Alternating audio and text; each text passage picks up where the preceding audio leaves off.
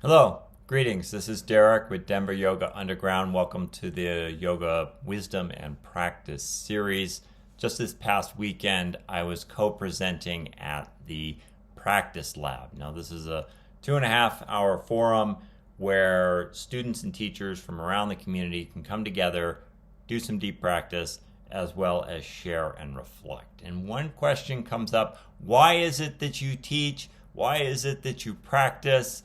And the responses often veered into people's personal history with how they got interested in yoga, which is always a little tantalizing and heartwarming share in and of itself. So that inspired me to want to share the 4 classical reasons that folks often enter the path of yoga from this is the classic Vedic conception of how people enter the path. And the first of which is this principle of Dukkah.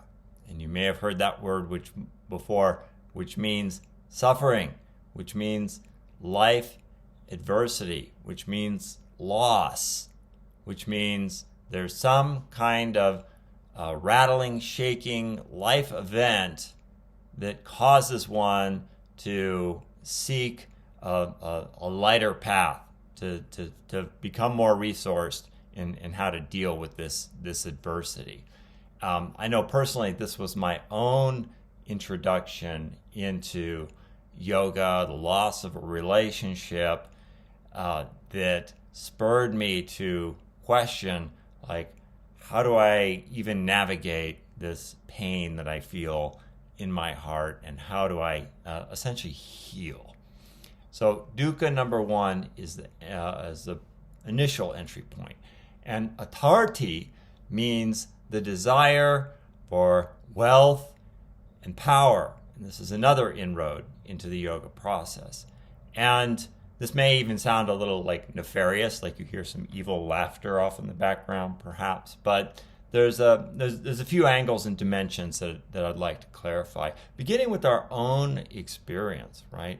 Isn't that why we come back routinely to the mat, that we feel more like an integrated and whole and embodied and even more powerful version of our particular self, right? Isn't that a powerful and magnetic draw to the practice?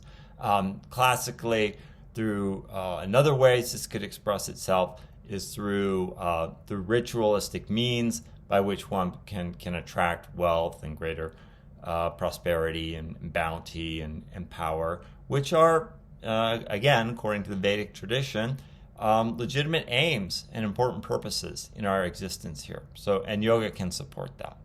And jignatsu means, number 3, the desire to know. And this is where it starts to take on more of a spiritual dimension or shade.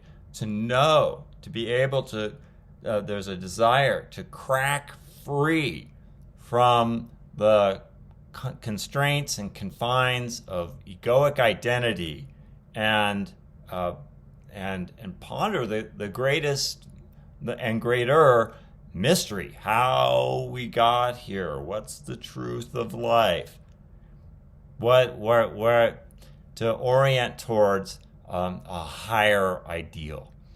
And then finally, jnani.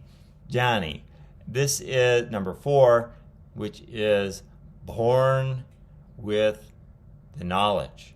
So some people come into this world as great mathematicians or great musicians or great athletes, and others come into this world with an embodied relationship or realized relationship with yoga, which leans into an idea of samskara, or latent tendencies that we have, or latent seeds, as they're sometimes called. That we have particular desires and aspirations in our lives that have been accumulated over a longer duration, longer than even this life. So, number 1, dukkha. People come into from suffering. 2, Atarti, desire for wealth and power. 3, Jignatsu, the desire to know. And number 4, Dhyani, the already coming into this world with that knowledge. Okay, maybe you find yourself somewhere in that spectrum. Peace, my friends. I wish you the best on your yogic path. Thank you to all my liking, subscribing, commenting friends. If you click the link tree below, you can also find out about events happening at Denver Yoga Underground. I wish you the best on the path. Peace.